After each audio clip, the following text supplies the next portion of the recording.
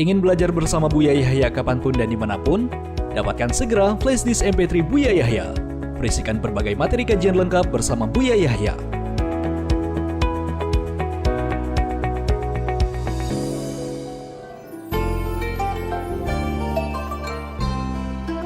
Assalamualaikum warahmatullahi wabarakatuh. Buya, saya hamba Allah ingin bertanya terkait rumah tangga. Begini Buya, suami saya sering menyebut kekurangan-kekurangan fisik saya. Bagaimana hukumnya Buya? Syukron, wassalamualaikum warahmatullahi wabarakatuh.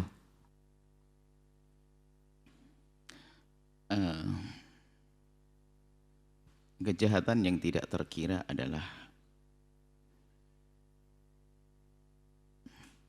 yang menyebut kekurangan pasangannya, yang maknanya merendahkan. Dia satu tendang langsung dapat dua kejahatan. Pertama, dia jahat kepada Allah yang telah menciptakannya. Yang kedua, dia telah menyakitinya. Tambahan yang ketiga, itu kesombongannya, seolah dia tidak punya kekurangan. Kalau tambah lagi, banyak lagi nih kejahatannya orang mencaci itu. Seolah-olah dia kayak malaikat, sudah nggak punya kekurangan dia. Orang hebat tidak akan seperti itu. Laki-laki merendahkan, bahkan bukan laki-laki, kan perempuan juga ada. Mungkin kita bolak-balik juga ada. Intinya ini, jangan biasa Anda menyebut kekurangan pasangan. Anda menyakiti, bahkan lebih sakit daripada urusan Anda menyakiti dengan fisik, mukul dan sebagainya.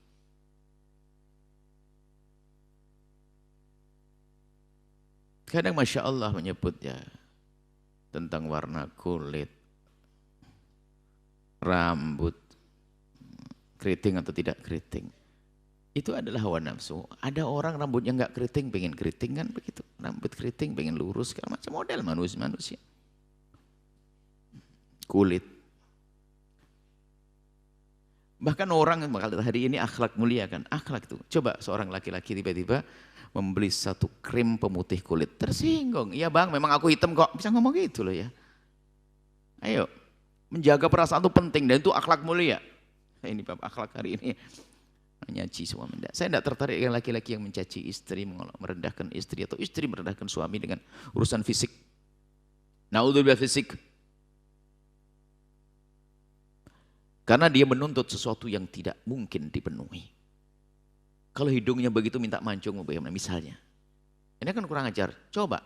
Dia ngomong pada istri, yang coba hidungmu mancung. Kurang ajar itu sakit. Istrinya setelah sakit, perusak rumah tangga. Akhirnya ngomong, coba abang agak tinggi dikit dah. Itu kan mulai nyaci buka. Akhirnya caci maki olok-olok, membahayakan. Makanya kalau kita menyebut kekurangan pasangan, sebetulnya kita mengajari pasangan untuk mencari sebanyak-banyaknya kekurangan kita.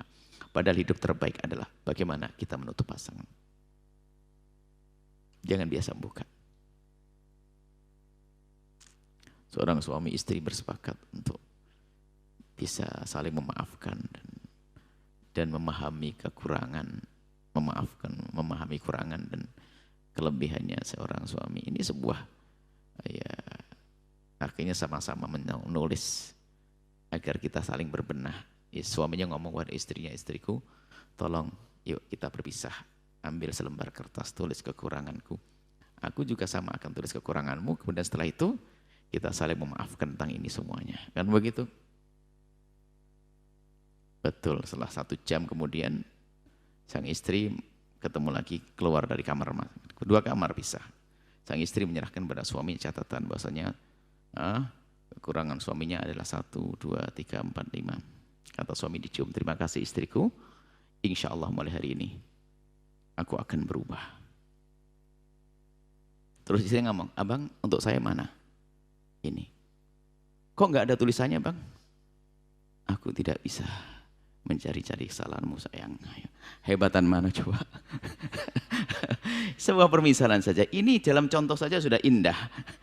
Aku tidak bisa menulis kekuranganmu. Allah. Ada orang hidupnya mencari kesalahan, kekurangan. Jangan seperti itu. Kemudian di sisi lain ada Satu sifat ini bahaya sekali juga urusannya dengan masalah mental, nggak percaya diri. Sehingga omongan suami itu dianggap nyakiti terus, ini bahaya juga. Padahal suaminya ngomong-ngomong. Mungkin dia punya badan agak gemuk misalnya, suaminya ngomong, sudahlah makan itu kurangnya. Iya, langsung marah dia. Ya udah, gampang tersinggung itu nggak bagus, itu bahaya. Termasuk orang gampang minder, itu bahaya. Jangan dianggap. Minder memang satu sisi penyakit mental. Tapi bisa saja penyakit sombong. Kalau penyakit mental kan ada orang punya mental minder. Jadi bahaya juga. Orang minder tuh nggak bisa mesra. Seorang suami mau ketemu istrinya minder, istri ketemu suami minder. Aduh, jangan. Akhirnya dia ngomong, ya memang aku nggak cantik, ya aku nggak baik, aku nggak. Suaminya nggak pernah kepikiran begitu. Ini penyakit, ini bahaya juga. Hendaknya dibenahi, ditahan itu, jangan sampai diungkapkan. Padahal mungkin, lihat,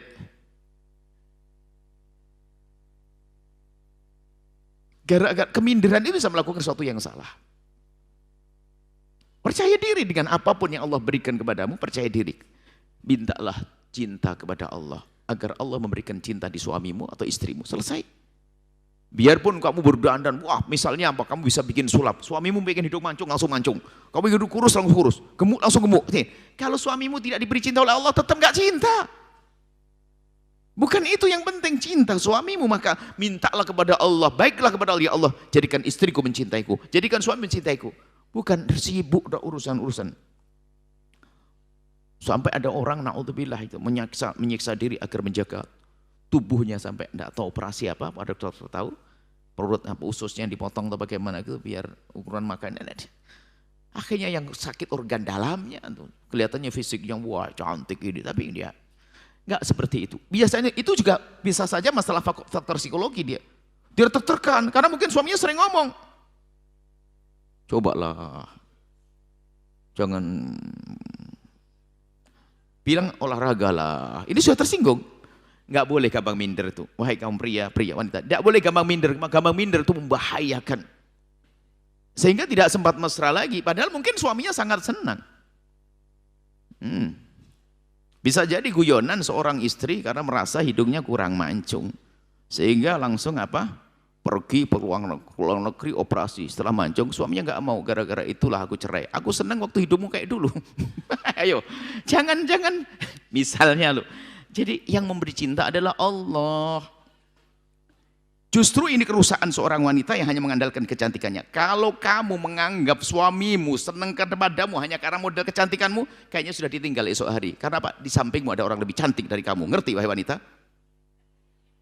Jadi jangan sibuk urusan itu, tapi akhlak yang mulia, pengabdian yang baik. Urusan fisik apa yang Allah berikan sudah. Makanya jangan terus kebingungan urusan ini.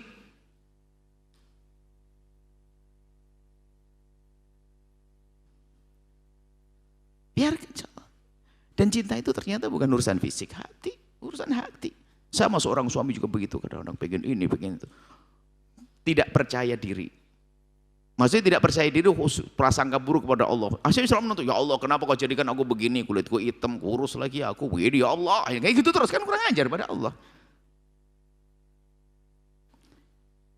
Makanya biasanya doanya pun salah, ya Allah semoga pasanganku mencintaiku. Makanya repot, kalau pasangannya mencintai kita nggak cinta, enak duduk dengan dia. Maka yang benar adalah, ya Allah tambahkan kecintaanku kepada pasanganku, ya Allah. Selesai, kalau kita sudah mencintaikan enak, gitu loh. Jadi tolong itu nggak boleh apa, mencaci nggak boleh, mengolok tidak boleh, satu sisi. Cuman kadang orang keminderan, gampang minder itu, dikit-dikit suaminya ngomong begitu dianggap sudah. Itu bahaya banget, membahayakan hidup rumah tangga. Kalau gampang tersinggung perasaannya. Ngomong, jadi suaminya bingung sebelah salah ngomong. Suruh makan, bilang, ya memang saya kurus, padahal suruh makan toh. Jadi bingung, terus gimana? Itu bahaya loh, itu akhirnya mental itu. Penyakit mental, ya gila sebetulnya. Makanya saya bilang, yang punya masalah psikologi begini berobat, yang benar. Jangan siksa rumah tanggamu dengan perasaan-perasaanmu seperti itu, dengan mentalmu yang nggak benar itu. Ini harus diobati, makanya harus keras sedikit. Kadang-kadang kita benar banyak yang ngadu kepada kami tentang begitu. Ada suami nggak mau ketemu istrinya karena takut ini, kenapa? Dipikir suami istrinya nuntut, padahal enggak, kita panggil istrinya enggak. Istrinya enggak menuntut. Cuman karena dia merasa bersalah, aku tidak memberi. Oh bahaya itu. Enggak boleh. Jadi ingat, jangan mencaci. Jangan mengolok pasangan, satu sisi. Satu sisi lain, jangan prasangka buruk kepada pasanganmu yang seolah-olah pasanganmu hanya ngurusi syahwat saja, ngurusi kecantikanmu saja, ngurusi. Orang mukmin tidak menikah dengan urusan kecantikan. Tapi orang mukmin menikah dengan iman dan akhlak. Yang kadang ada bonus kecantikan, ada tambahan kecantikan. Tapi seorang wanita muslimah bisa mendapatkan pasangan dengan akhlak dan imannya. Tapi yang tidak punya iman di sana, di luar sana, lihat seorang wanita baru ada nilainya kalau dia punya kecantikan bisa dinikmati kaum pria. Atau dia punya kekayaan untuk bisa mencari pria yang bisa dinikmatinya. Setelah itu, dia sampah yang dibuang. Tapi dalam Islam tidak, ada iman akan dimuliakan. Indahnya dalam Islam. Makanya orang Islam kok mikir tentang itu. Tentang masalah, wah aku badanku begini, kulitku begini, ribut begitu. Memang ya dalam Islam menjaga iya, tapi jangan sampai menjadi kamu minder. Suami ya tolonglah, kumisnya agak rapi-rapi banget, jangan sampai panjang sampai berapa meter. Jenggotnya dirapikan, rambutnya disisir, ya tetap jangan mentang-mentang dengar dari Buya, lah sudahlah biarin deh. Yang penting dia akan terima apa adaku ya. Tapi kalau sikat gigimu seminggu sekali, kemudian mandinya juga setengah bulan sekali, terus gimana begitu tuh? Tetap kita menjaga kebersihan, berusaha untuk rapi dan seterusnya semaksimal mungkin, tapi tanpa minder, tanpa merendahkan Allah. Apa yang Allah berikan padamu harus Anda syukuri. Makanya minder itu bahaya banget. Ingat, minder bahaya. Karena apa? Menjadikan hubungan tidak enak. Akhirnya apa? Prasangka buruk kepada pasangan terus. Dikit-dikit salah. Tidak akan bahagia orang itu. Tidak akan baik. Orang yang minder, sama tadi orang gampang mencaci. Tidak indah rumah tangganya. Ingat, jangan minder. Percaya diri begitu. Ada orang percaya diri, Mas. Padahal dia sih laki itu gantengnya juga ganteng amat. Cuman kalau sama istrinya, masya Allah rayuannya segala macam. Memang betul dengan percaya dirinya jadi ganteng juga pada menurut istrinya. Nah itu loh, jadi percaya diri. Jangan sampai minder. Ini memang akhir-akhir ini kami sering menemu dengan masalah permasalahan orang nggak percaya diri itu. Ya, ini juga bahaya sekali dalam hidupnya. Dia suudzon kepada Allah yang paling pertama. Tidak mensyukuri apa yang Allah berikan. Padahal yang diberikan Allah sudah baik menurut orang lain. Yang kedua adalah standarnya itu bukan iman. Kropos sudah urusan materi, urusan duniawi, urusan jasad. Ini kan sudah kropos imannya. Maka saya kerasi yang demikian itu. Jangan. Maka prasangka baiklah kepada pasangan bahwa pasanganmu adalah orang baik. Yang akan menerima engkau apa adamu. Sudahlah. Jangan berpikir, wah, gara-gara hidungku begini suamiku. Wah, kalau memang betul suami kayak begitu, Anda sudah ditinggal dari kemarin. Karena hidungnya Anda memang begitu misalnya. Hati-hati, jangan prasangka buruk. Percaya diri. Indah. Masalah kekurangan, iman yang mengatakan kekurangannya tutup dengan kelebihannya. Semua orang punya kekurangan, semua orang punya kelebihan. Kekurangan dia tutup dengan kelebihanmu. Atau kekurangan dia tutupi dengan kekuranganmu. Kau punya kekurangan agar kau tidak bisa melihat kekurangan dia. Kekurangan dia tutup dengan kekuranganmu. Maka carilah kekuranganmu untuk menutupi kekurangan pasanganmu. Maka setelah itu pasanganmu hampir tidak punya kekurangan. Itu. Semoga Allah menjaga semuanya. Allahu a'lam bishawab. Sahabat Al-Bahjah TV, setelah menyaksikan video ini, jangan lupa bersolawat kepada baginda Nabi Muhammad. Shollu ala Nabi Muhammad. Allahumma sholli alaihi wa ala alihi wa sahbihi.